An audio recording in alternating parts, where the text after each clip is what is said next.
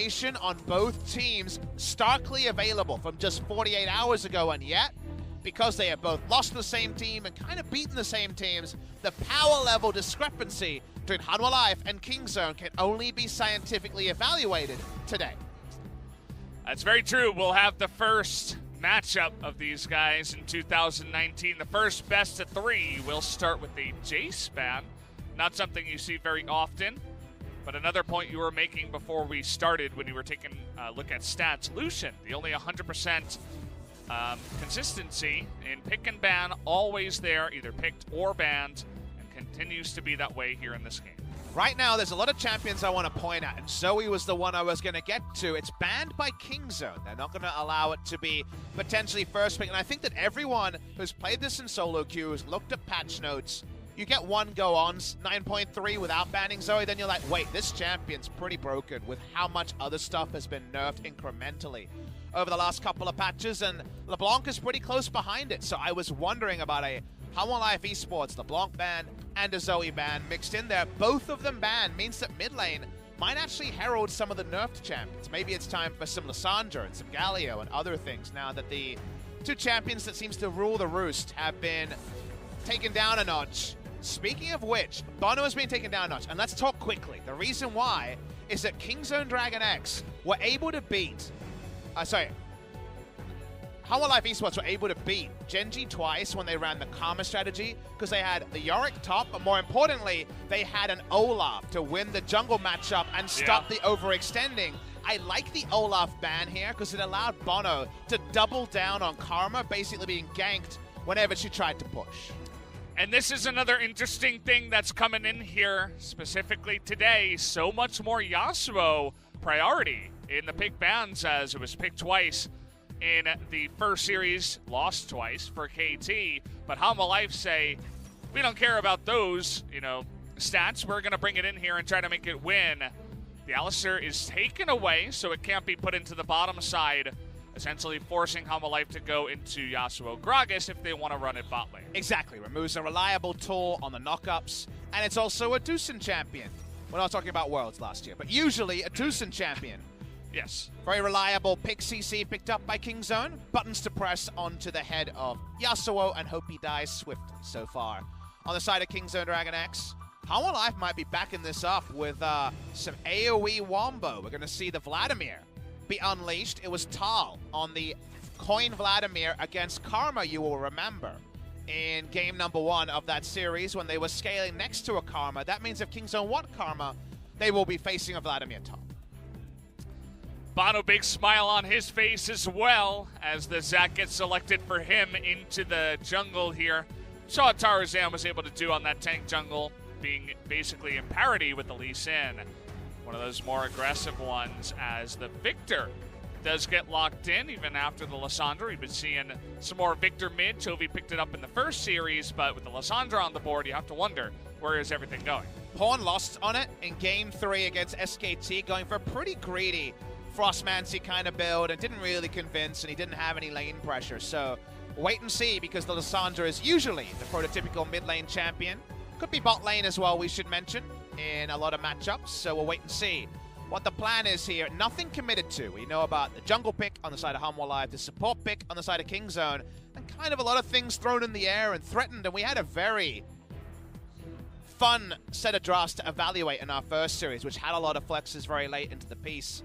We also always have to judge how are the waves looking and how are the lanes looking when a Zac is locked in, because there is the potential for Zac to be beasted on in the early game if the lane matchups around him are weak.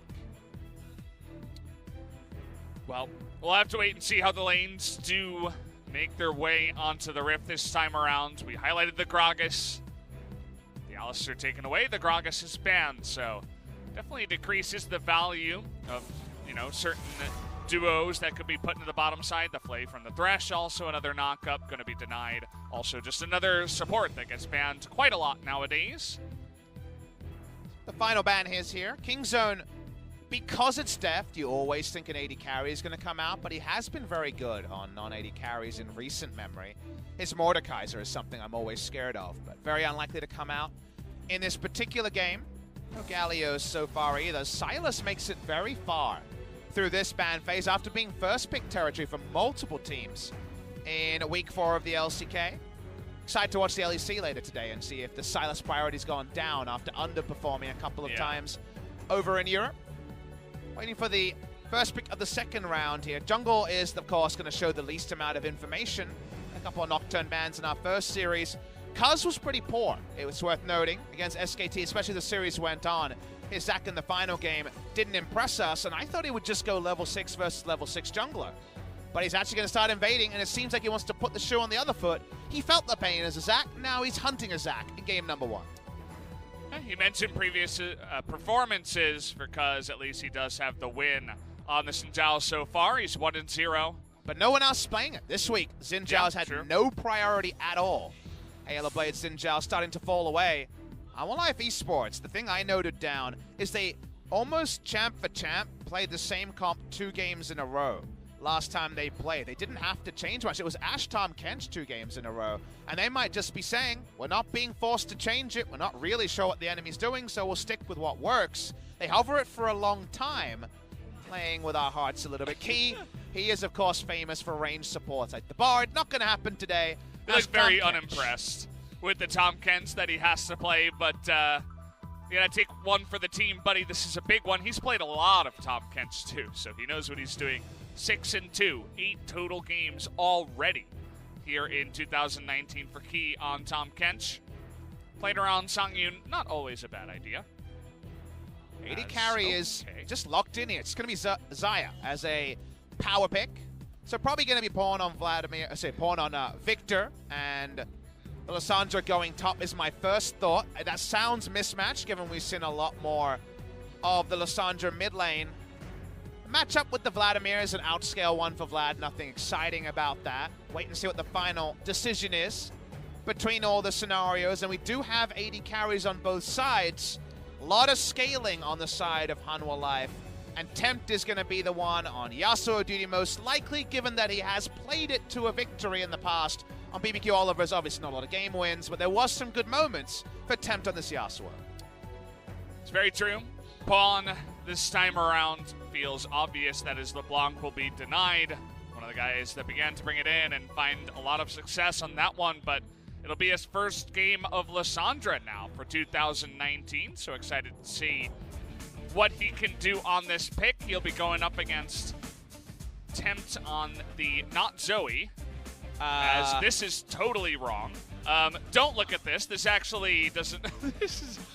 There's no Zac Gragas bot, guys. Come on, it's Friday night. Disregard that. It's Friday night. You know, we're having a bit of fun. I love to zoom in on the Riot games afterwards. Yeah. Like, Riot broadcast, by the way. Yeah. Okay, this one looks good. This is normal.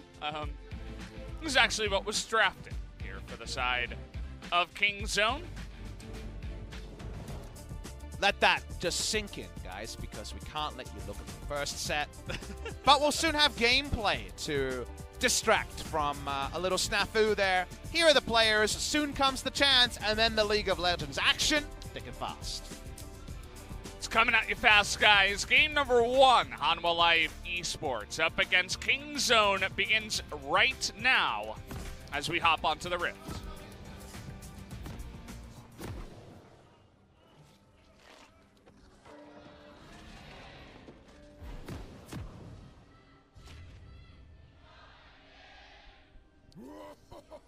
Here we go.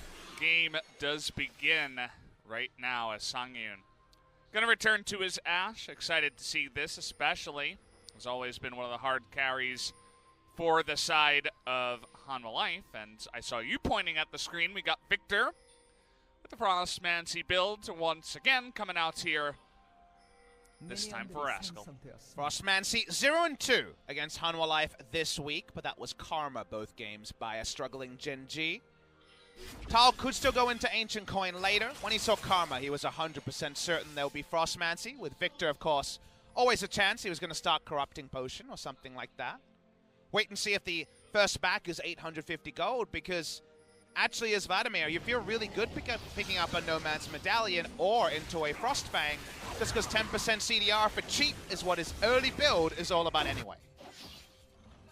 Nice little invade here from the side of Kingzone. Cuz already getting aggressive with the help of his top laner, will be stealing the blue buff on this side. Of course, they do have information as the Vlad was chased away, so they should know exactly what's going on here on the line. Theory behind this late invade is about setting up vertical jungling for the Victor to get plenty of overextended auto attack trades in. He doesn't want to CS, he just wants to poke. So because of that, anything that allows Rascal to have the lane state in a preferential state and get that quest earlier is always happy.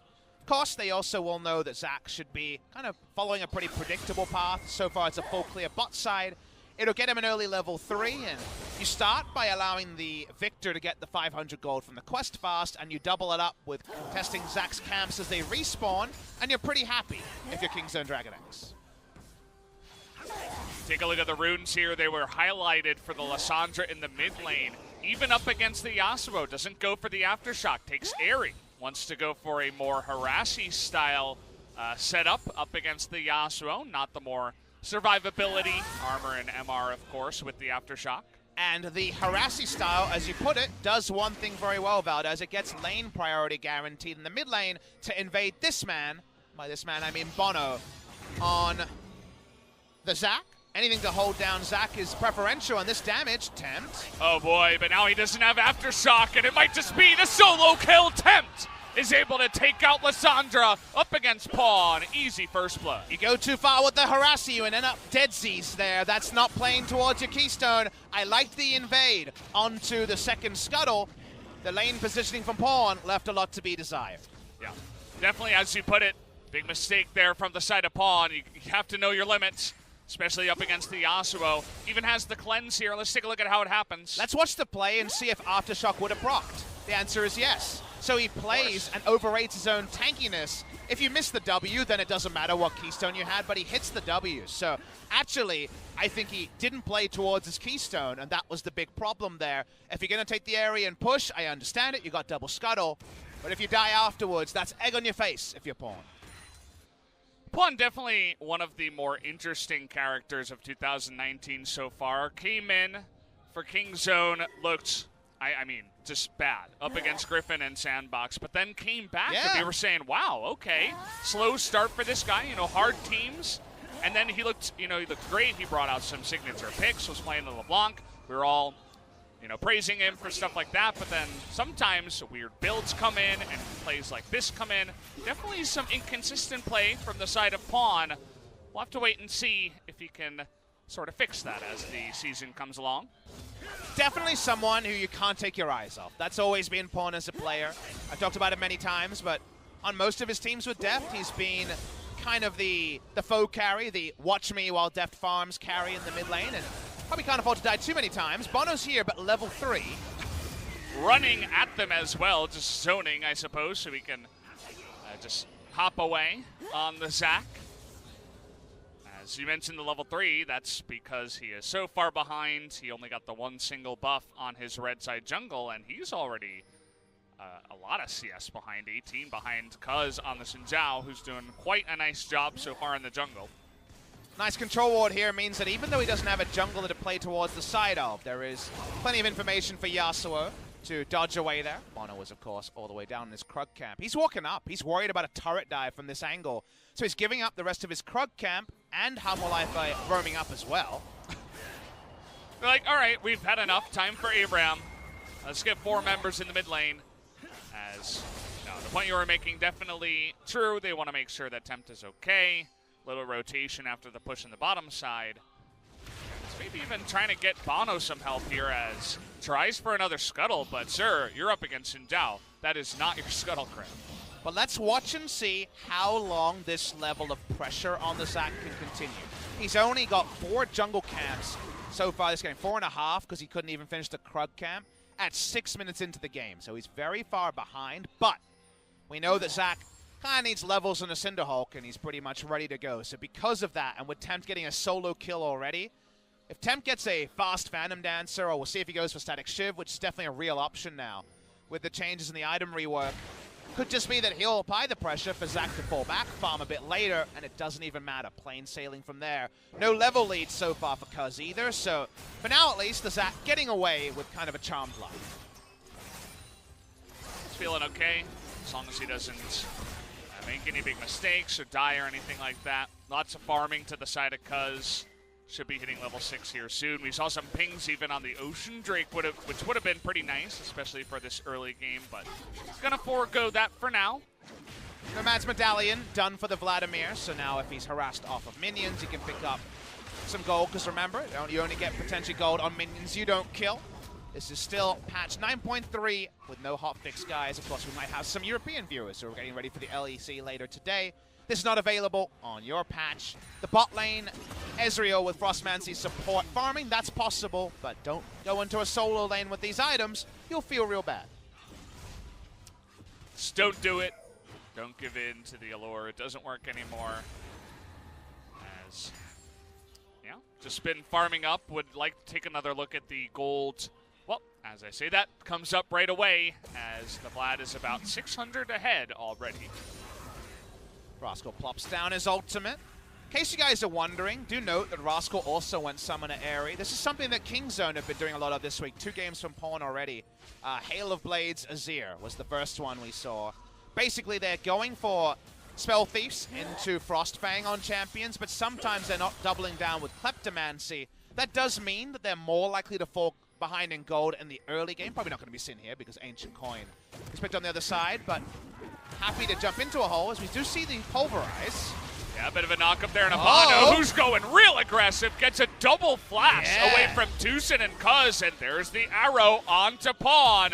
Has his flash to get in there, but he's getting the stun down into the Devourer. There are 5 members of Hanwha Life here to follow up for that one. They pick up another kill. A nice play from Hanwha Life. You take the range support away. He doesn't get to play his fiddlesticks, but he gets pretty damn hungry, and they chase for a kill. Pawn goes down a second time, and he even has to make the walk of shame back to mid lane because he died too fast to have his TP ready. Oh, feels so bad. Missed a huge wave in the mid lane. You guys can see the remnants of that left over as Hanwha Life trying to make a statement here.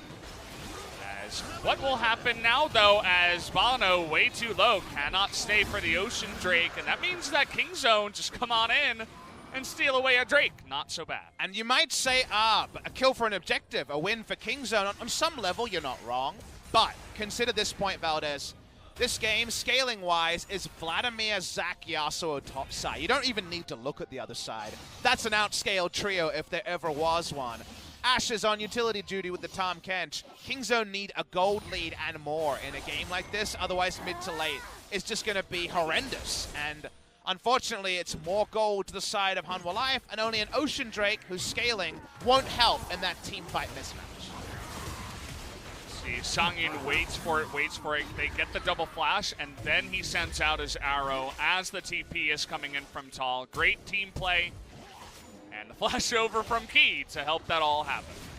Nice bloodthirsty stuff. Doa approved for sure. Welcome back to cast today, by the way. Monty and Doa doing their thing over in Undersight League. We're here in the LCK, and things are coming together. Tal's going to have 45% CDR with just 2 CDR items. Yep. Bot lane farming's happening, and Devour still an ability. Didn't get removed yet. Still waiting for that moment. But that would remove Tom Kent from the game, so can't have our Thomas be all alone. He'll still be here as both junglers in the top lane. Bono trying to get the play onto Rascal. He will play coming in. But there is the stopwatch. Can they get the follow-up? He flashes away, and the TP comes in as well. And Tal is getting solo, does have a flash, uses it, and then immediately dies to red buff. Nice follow-up there from Cuz. That lust for the kill cost Tal a lot. Clearly, Bono very early started disengaging. Tal went too fast and was easily taken down. The extra summoner of the flash adds insult to injury. Nice timing. Couldn't really afford any more bleeding, could Kingzone, given where this game appears to be going. Based on the champ select, they need to push up. They need to get turret plates wherever possible. Start doing the math. 2 in the top, 1 in the mid. So only going to be 3 so far, not enough. We watched the replay. Kingzone have the early priority, but you couldn't tell based on the early kills. This starts off so well. But as the stasis starts, they see Hail of Blades Cuz. He opens with his ultimate, and it actually all comes together for Xin Zhao. It's the fact that he's sticking around there trying to get the kill. He knows that Rascal has the flash, but you have to run away from the Xin Zhao the second you see him, even if you do have your pool as well. We're going to follow up here as Key is a bit out of position, trying to help him. Here is Tempt with the insta-cleanse into the knockup on a Cuz, and here's Songyun trying to rain down hell onto the rest of them. And Key, he's still alive. He's distracting the Xayah as meanwhile, double kill goes to Songyun. That's right, 2 for 1 in the middle of the team fight, but Key caught in translation, trying to make a straight line move from the mid lane. That's the end result of all of these shenanigans. Hanwha Live continue to get more gold, get that scaling brought a little bit earlier. The S word feels like less of a dirty one, with the fact that the scaling might come early. We go back to the top side, Tal continues to wave clear. Kingzone still need to be trading up, but in a moment like this, Tempt able to basically instantly cleanse into ult. Watch the cleanse. Puts things together. There's the cleanse. It's not instant, not quite Captain Jack. Captain Jack actually on the analyst desk today. They clean up the kill, Tempt gets out, and Songyun in the middle of the fight cleans up. Nobody really able to zone him away. There was no AD carry on the opposite side as Thomas was doing a great job just zoning him out for so long. Didn't end up staying alive as Key did go down, but he did his job. He's got a very fed Ashe now with Blade of the Rune King finished up 2-0-1. Nice little bounty onto Songyun, one of the key carries here on Hanwha Live.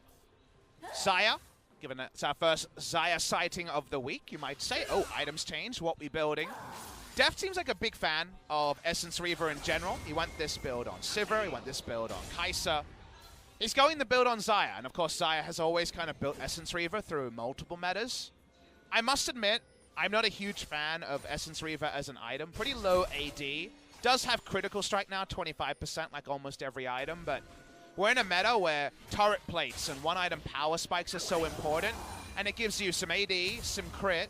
You don't really have the attack speed yet to make much use of it. And then mana return, but no kind of other oomph, right? You don't have extra scaling on your items from an IE. Your 2-item spike gives you 50% crit, but that's really all. I'm not a huge fan because it doesn't provide the power early. Later in builds, definitely I can understand it, but it does mean that in the mid game, where we're, again, still looking on Kingzone to be the aggressor, you're going to have a bit of crit, a bit of AD, eventually some attack speed, but nothing else. Very true. Going to need to wait for some more items here, but will he get to those items as they'll at least force the flash away from Deft on the trade of the Abyssal Voyage? Will always take that trade. That means that Deft also is going to go back and probably pick up that Essence Reaver you were talking about. There it is. Got to wait and see what his next item will be. Static Shiv picked up here for the Yasuo as well. Big fan of this. Thank you that you caught it, because Phantom Dancer, I still see a lot of people auto-building, and unfortunately I played with some Stormrazor rushes as well. Stormrazor rush, Kai'Sa. Sorry about that, Papa. It worked really well for her previous to the patch. After the patch, didn't work so well for me as the support. But I love the Shiv, because Shiv IE was an old build for Yasuo for a reason. You do insane burst, you clear waves instantly, and while you don't necessarily have the same survivability, I feel like PD was buffed for 80 carries as a defensive option that doesn't drop in the attack speed and crit, but actually nerfed for Yasuo. You guys that weren't aware, previously, when you moved within 550 range, you got the movement speed and the ghost effect. Now you have to hit first, so Yasuo actually has to get an auto or Q range, not just within 500 range, which of course he's closing into anyway, so that's a bit of a nerf. And in general, the percentage stats felt a bit more useful than the shield for a melee champion like Yasuo. So given that, I love the Shiv. It's going to do big damage. Does mean he blows up quickly as well.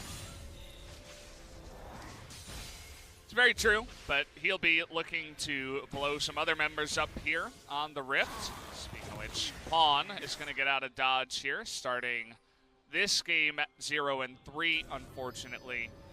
Went for the Merc Treads, just, you know, I suppose the CC and the Vladimir is too much to deal with, but is also moving towards getting all the items in the game, as Pawn generally does. Obviously, Proto Belt and Zonya is going to be the parts for that one, but Hanwha Life moved towards the Rift Herald. Looks like they're just going to take it for free here, as the ref, okay. Key forgot to bring his AD carry. He actually double tapped R. Why? It's like going on vacation without your passport. You always need to bring your AD carry. Okay, I mean, the arrow comes in. It doesn't delay anything. Well, could they have played that any worse in the bot lane? Probably not. So. I think that's just about every mistake he could have made. Just overall, like, not the best highlight there for Hanwha, but at least they were able to do a little bit of damage in the mid lane with the Rift Herald. Remember, Songyun and Ki are the longest standing duo lane in the LCK. You wouldn't know it from the previous play. I think Ki just really wanted to play Fiddlesticks and didn't get to. He's angry. Yeah. At Songyun's oh, like, no. there's a ward here to auto attack. Yeah, nice little one there. Hemoplate comes down. Rascal's still going to go for the flash, but the empowered Q might be able to do it. There it is. The pool with the E picks up a pretty easy kill. Nice job and gank from the side of Bond. Rascal probably didn't have enough time to notice, but the moment that Phase Rush proc, there's no chance he gets away. He's going to trade flashes at best. I think we're too early in the game for trading flashes with a Vladimir to be that worth it, given that now Victor can't enter lane into him in a long lane. We're going to watch the replay. The ward showed up, and that meant the Rascal was done. The fact that he had the extra ward to chase an auto here is how Bono has the CC that allows Tal to get into range. Pulls him back, a deceptive amount of CC, as you're mentioning, and Vlad can be pretty good at diving in situations like that, 1v1.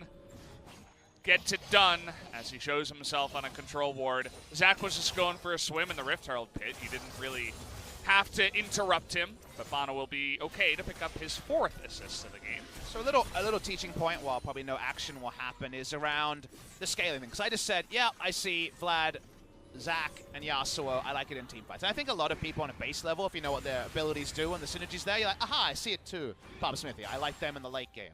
The other reason why this game in the late game is really difficult for Kingzone is that consider the moment that the wards get a little bit more important, i.e. the outer turrets go down and vision is a bit more patchy. If you can't see Zach and he has engage range onto Kingzone, you have so many mid-range champions that can get very easily shut down by Elastic Slingshot into what that heralds, which in this game is, for example, the Yasuo ultimate. Here he comes. Yep, well, okay, that's going to be a pretty easy kill, as once again, Rascal is going to pay for it in the top side. Thank you, Hanwha Life. I asked you to roll the tape. You showed it. That's what you bring with the Zac. You bring Yasuo engage. You bring a potential Vladimir flank. If you ever lose eyes on Zac or Vlad, you die in the late game because of what they provide AoE wombo-wise.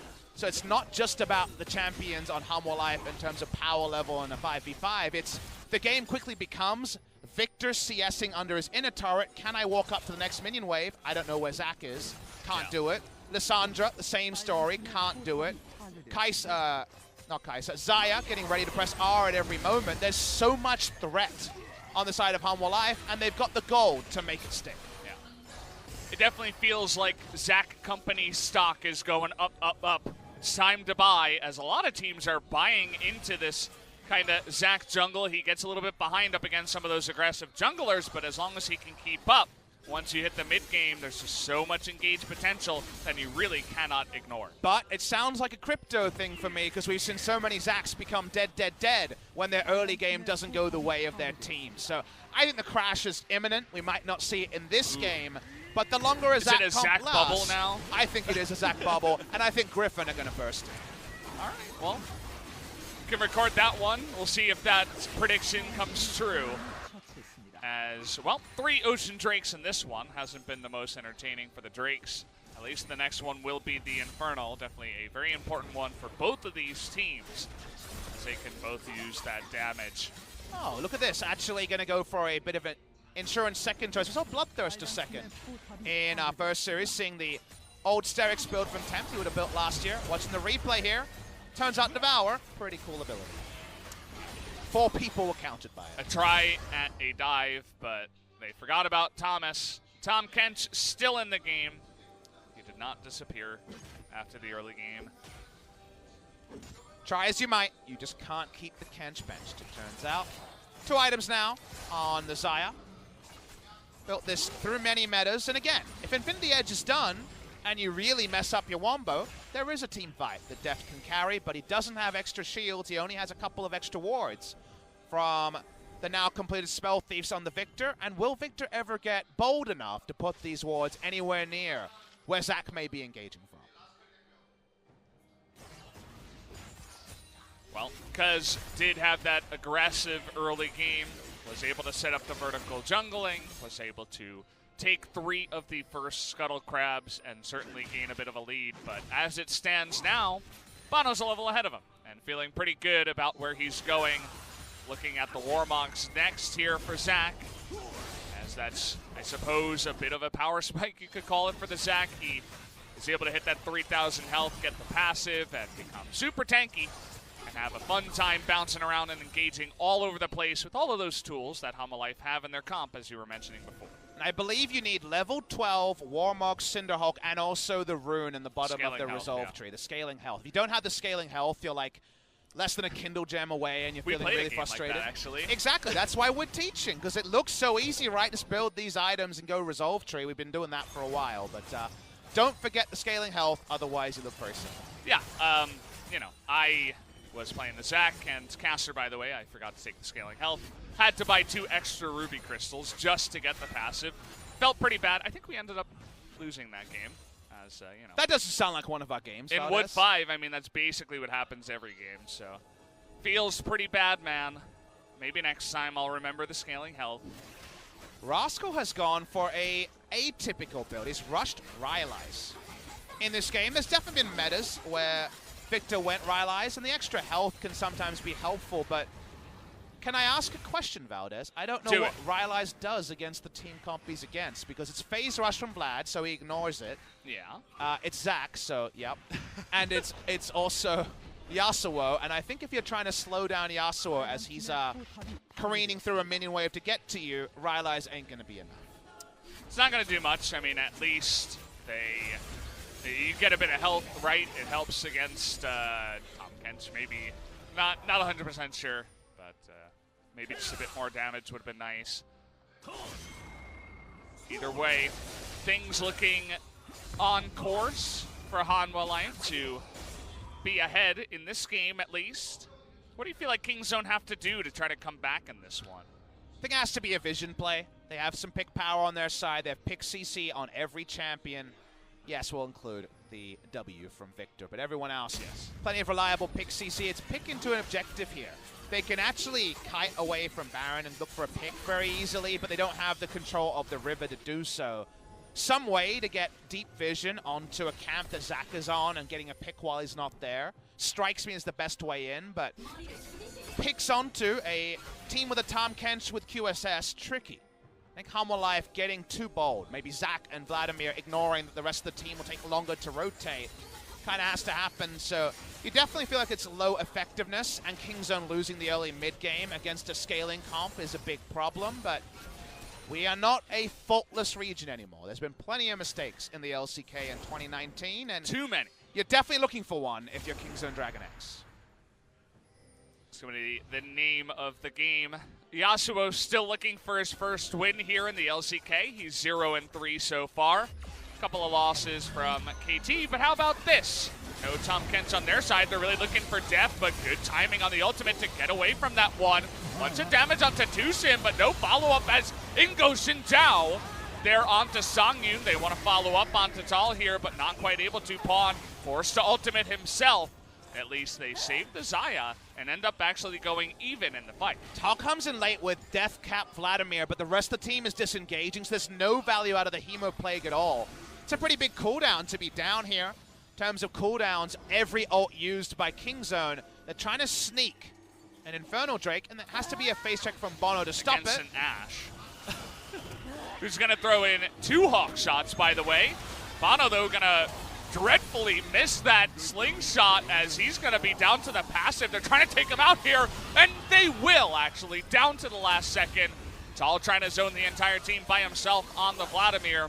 Able to do that to some effect as Hanwha Life now are going to start up the Inferno. They don't have a smite, but they have a dream. They want this Inferno to put that Deathcap Vladimir over the edge. They're going to get it anyway. We're going to take that trade overall. The Bloodloods being down is not ideal, but there's still so much power. Tempt, I believe, was on a back timing because he rolled in late at full health. That's why Kingzone were able to actually get a pick. But watch the replay of how it all started, because you can't ask for more than threading an arrow onto Deft. From here, the chase continued. No threat onto Deft. Bono, a couple of times over, not able to actually register any of his CC abilities, and that's why eventually he went down. This could have been so much worse if Tal was in position to fully use the Hemo Plague on an engagement. Ends up being largely for disengage, and that's why eventually Kingzone are kind of gifted a pick by Bono.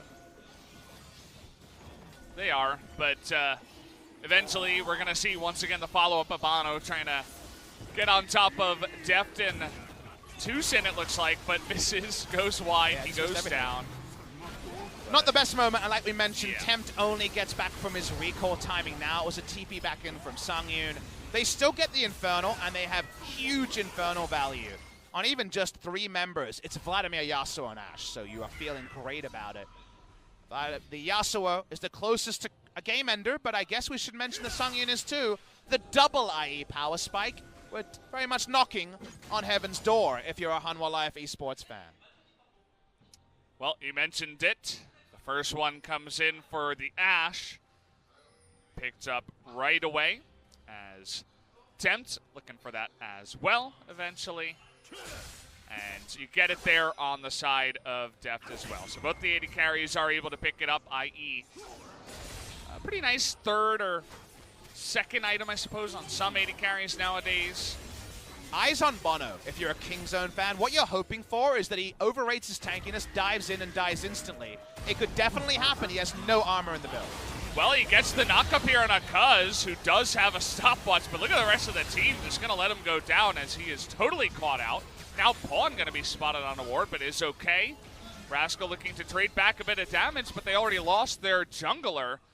So they're not obviously going to be able to kill Tal here on the backside. They used everything on it, though. They even used Hemo Plague just to get that kill, so they have nothing. They are actually weaker than they appear right now. Ultimate here, last breath, about 20 seconds before it's back off cooldown. That's why Kingzone actually feel relatively empowered to step up. Yeah, I like the idea. I like also how Bono, he feels very tanky. We're talking about overestimating it, but he just comes in here, puts down the ward, sees Cuz, and they're ready to go right away. He also knew that the Sandra was not able to be involved here. What we were looking for from Kingzone's side is that the health and magic resist stacking Bono with no passive just gets 4-shot by Isaiah with some crits coming, and that could have happened, but instead target selection is good, and more importantly, it's a time when Lissandra's not there, so the outnumbering was guaranteed. These carries for the side of Hanwha Life now insanely strong. You got Yasuo 3 items with an IE, Ashe 3 items and a half, I suppose you could say, with Stopwatch and an Null Magic Mantle with that IE as well. Vladimir, we already talked about him. He's got that sweet hat, and he's probably working towards his Zhonya's here.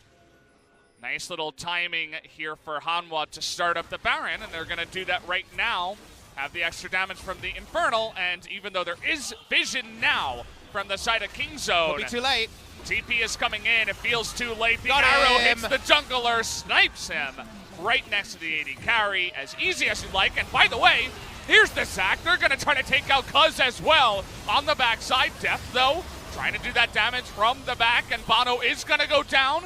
Has that ultimate, tries to flash to get the feathers in, but not quite able to do it. Meanwhile, on the backside, it looks like Rascal desperately trying to take out Tal, but he cannot do it as all of Kingzone are just falling one by one.